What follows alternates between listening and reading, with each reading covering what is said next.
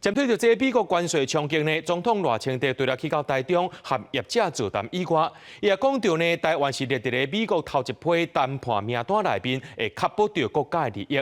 那行政院长杜英泰也去到立法院进行美国关税政策的专案报告。那这南北两党伊是主张讲，着爱扩大补贴，也有一个普发现金。杜英泰是回应讲，只要是对的代志，拢会当讨论。总统赖清德甲业界代表握手致意，因为美国关税问题，总统10日展开产业探访之旅，头一站选伫台中，甲机械器具业者座谈，听第一线的声音。赖总统强调，谈判会确保国家利益，保护产业未来发展。马正是台湾是伫美国头一批谈判的名单。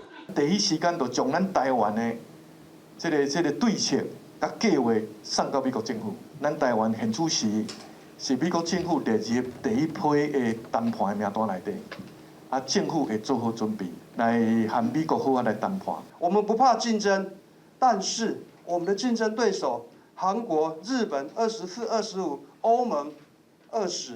这一次我们机械产业真的很怕是最后一根稻草。业者提出5项建议，包括稳定金流、放宽纾困、整合资源并简化流程运营、扩大内需市场、建立出口预警加风险监测系统，以及推动人才转型。也希望政府将阿美方90天关税减慢期，加协助业者出口等数项。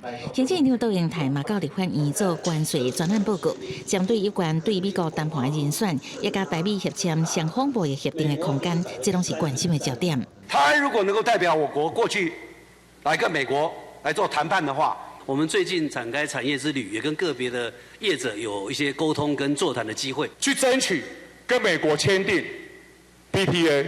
两情相悦的情况底下，我觉得我们可以争取最好的一个对台湾最有利的一个位置。另外，也嘛建议中央开放中客来台，扩大产业补助规模到2000亿，普发现金1万顶诉求，杜英泰嘛正面回应。对的事情大家可以一起谈但是我们总要为国家的财政跟人民的需求做出发点。民进党提议扩大补助加普发6000，若是立委吴思瑶关心台美敢会因为关税问题拍板关系。杜英泰认为，美国对各国拢是一套公式、一个计算、一个标准、一个结果。美国对顶关税唔针对台湾，是全球头一届拄到的变局。强调台美关系也是持续发展。记者综合报道。